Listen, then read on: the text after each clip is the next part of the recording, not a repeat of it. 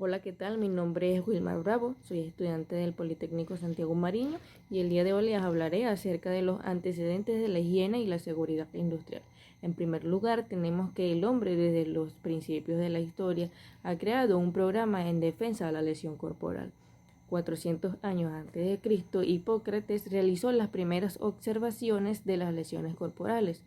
En el año 1877 se crea la primera ley de resguardar toda maquinaria peligrosa. Seguidamente, en el año 1967, se crea la Ley del Seguro Social Obligatorio y en el año 1986 se crea la Ley Orgánica de Prevención. Tenemos que la seguridad industrial es un área multidisciplinaria que busca minimizar los riesgos de accidentes en la industria.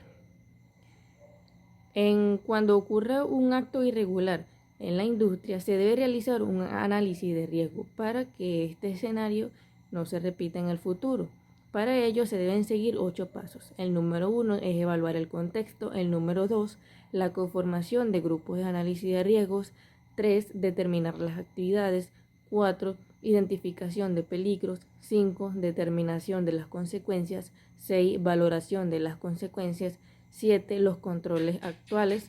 Estos controles actuales van en una escala del 1 al 4, que significa menor, moderado, mayor y desastroso. Y finalmente la determinación del riesgo. Cabe destacar que aquellas empresas que no cuenten con un programa de seguridad deben seguir 3 pasos. El número 1 es la identificación de las condiciones y actos inseguros. Número 2, evaluar el peligro potencial que encierran. Y número 3, dictar las medidas preventivas correspondientes y vigilar que las mismas se cumplan. Términos básicos de higiene y seguridad, evolución. En el año 400, Hipócrates realizó las primeras observaciones de las enfermedades laborales. En el año 500, Pilius el Viejo hizo referencia a que era peligroso el zinc y el azufre. En 1911 se realizaron las primeras leyes de compensaciones a los trabajadores. En 1944 se creó el seguro social obligatorio. ¿Qué es la seguridad industrial? Se encarga del estudio, los riesgos y los peligros inherentes a la hora de realizar las actividades laborales. Características: protección de los trabajadores, controles de calidad y técnicos, información de controles de riesgos y estadísticas.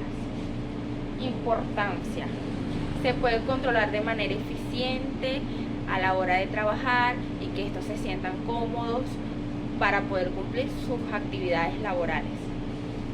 Higiene industrial: identifica los riesgos para la salud física y mental.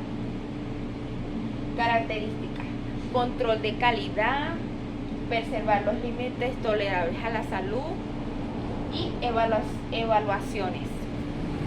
Importancia: proteger la salud del trabajador con el objetivo de optimizar sus labores de trabajo. Términos básicos: accidentes, incidentes, peligros, riesgos y entre otros. Mi nombre es Kevin Vargas y le voy a definir lo que es riesgo físico y riesgo químico. Un riesgo físico es un factor o circunstancia que puede causar daño con o sin contacto. Pueden clasificarse como tipo de riesgo laboral o riesgo ambiental de naturaleza física que, cuando nos exponemos a ellos, pueden provocar daños en la salud, según la intensidad y la concentración de los mismos. Entre los riesgos físicos más comunes en los lugares de trabajo tenemos lo que es el ruido, las vibraciones, la radiación, temperatura y humedad. Nos enfocaremos en los riesgos de ruido y tenemos que el nivel de ruido recomendado por la OMS para garantizar una buena salud y bienestar es de 65 decibeles. Si la exposición es superior a 85, ya hay riesgo de pérdida auditiva crónica, mientras que si la exposición se repite en el tiempo y por encima de 100 decibeles, hay riesgo de pérdida inmediata. También, al estar expuesto demasiado al ruido, puede generar estrés, fatiga y falta de atención en las actividades laborales, por lo que hay medidas técnicas de control de ruido, como sustituir piezas de metal por piezas de plástico, aislar las piezas de las fuentes de la fuente que sean particularmente ruidosas, colocar silenciadores en las salidas de aire de las válvulas neumáticas, y también tenemos lo que son las medidas técnicas aplicadas en el medio, que se refiere a aislar la máquina alzando barreras que disminuyan el sonido entre la fuente y el trabajador, aumentar la distancia entre el trabajador y la fuente de ruido. Y tenemos lo que son las técnicas aplicadas en el receptor. Esta medida hace referencia a los equipos de protección personal, en este caso a la utilización de tapones o orejeras que bloqueen la exposición de ruido a los trabajadores. Riesgo químico. Se entiende por riesgo químico o peligro químico a aquellas condiciones de potencial daño a la salud causadas por la exposición no controlada a agentes químicos de diversa naturaleza. Dicho de otro modo, se trata del peligro que entrañan los compuestos químicos y las sustancias químicas capaces de causar enfermedades y efectos crónicos o la muerte. Los tipos de riesgos químicos que existen son riesgos inflamables, riesgos explosivos, riesgos comburentes, corrosivos, irritantes, tóxicos y radioactivos. Las medidas para el control de la exposición de agentes químicos se puede definir como el conjunto de técnicas y procedimientos aplicables para evitar o disminuir la exposición de los trabajadores a agentes químicos. Implica implantar o ejecutar acciones eficaces para prevenir riesgos y mantener esta situación a lo largo del tiempo y en cualquier circunstancia. Estas acciones pueden clasificarse atendiendo al elemento sobre el que actúan: el agente químico en sí mismo, el proceso o instalación, el local, zona o ambiente de trabajo y el método de trabajo. Cada una de ellas tiene un objetivo distinto. En acciones sobre el agente químico, su objetivo es evitar su presencia. Acciones en el proceso o instalación, su objetivo es eliminar o reducir la emisión al ambiente. Acciones en el local, zona o ambiente de trabajo, su objetivo es la concentración ambiental del agente químico en un valor seguro. Acciones en el método de trabajo, su objetivo es evitar el contacto directo entre el agente químico y el trabajador. Riesgo biológico consiste en la presencia de un organismo o de la sustancia derivada de un organismo que plantea sobre todo una amenaza a la salud humana. Esto puede incluir los residuos sanitarios, muestras de un microorganismo, virus o toxina de una fuente biológica que puede resultar patógena. Clasificación de los riesgos biológicos. Los contaminantes biológicos, en contraposición con los contaminantes físicos y químicos, son seres vivos capaces de reproducirse que al penetrar en el hombre causan enfermedades de tipo infeccioso o parasitario. Estos se clasifican en virus, bacterias, protozoos, hongos, parásitos. ¿Cuáles son las vías de penetración en el organismo? Las vías principales de penetración en el cuerpo humano son las vías respiratorias. A través de la inhalación es la vía mayoritaria de la penetración de sustancias tóxicas. La vía dérmica, por contacto con la piel. La vía digestiva, generalmente cuando existe el hábito de ingerir alimentos, bebidas o fumar en el puesto de trabajo. Y la vía parental, por contacto con heridas que no han sido protegidas debidamente. ¿Cuáles son las medidas de control para eliminar o minimizar todas estas exposiciones? Y las medidas de prevención y control deben adecuarse en cada caso al tipo de germen, a la fuente de infección y al modo de la transmisión de la enfermedad de que se trate. Debemos desinfectar y esterilizar los productos contaminados, mantener limpios los sitios de trabajo, evitando lugares susceptibles a la acumulación de suciedades, tales como duchas, lavamanos, sanitarios, etc. Reducir el número de trabajadores expuestos, diseñar técnicas y métodos de trabajo que impidan contacto directo con el material contaminado, utilizar el material desechable, diseñar un sistema de ventilación forzada para eliminar el polvo, evitar comer, beber, calentar o refrigerar los alimentos en lugares no destinados para tal fin dentro del área de trabajo. Tenemos los riesgos psicosociales, que son un conjunto de situaciones de origen familiar, social y laboral a las cuales se enfrenta el trabajador y cual, entre otras cosas, puede originar condiciones de malestar, fatiga, ansiedad, apatía, estrés, disminución en el rendimiento de trabajo o desmotivación. Cuando se producen, tienen una incidencia en la salud de las personas a través de los mecanismos psicológicos y fisiológicos. La existencia de los riesgos psicosociales en el trabajo afectan además de la salud a los trabajadores como el desempeño del trabajo. ¿Cuáles son las causas de estos riesgos psicosociales? Las causas que originan los riesgos psicosociales están mediadas por la percepción, experiencias y personalidad del trabajador.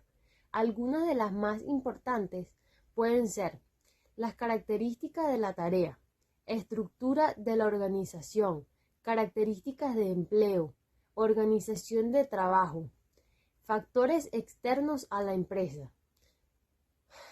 Entre estas tenemos las medidas preventivas. Las medidas preventivas se encuentran proporcionar toda la información necesaria, adecuada y a tiempo para facilitar la realización de tareas y la adaptación a los cambios. Ello puede reducir o eliminar la exposición a la baja previsibilidad. Establecer principios y sobre todo procedimientos para gestionar personas de forma justa y democrática, de forma saludable, lo que reduciría o eliminaría la exposición a la baja calidad de liderazgo.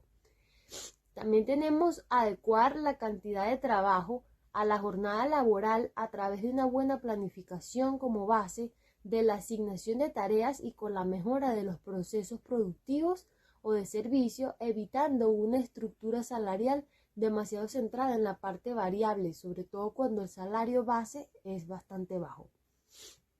Tenemos que atender la situación con enfoque sistemático para identificar los riesgos de estrés, evaluar los daños significativos y determinar las medidas de control eficaces. Mi nombre es Osma Barreto. Les hablaré sobre la unidad 3, accidentes de trabajo y enfermedades ocupacionales.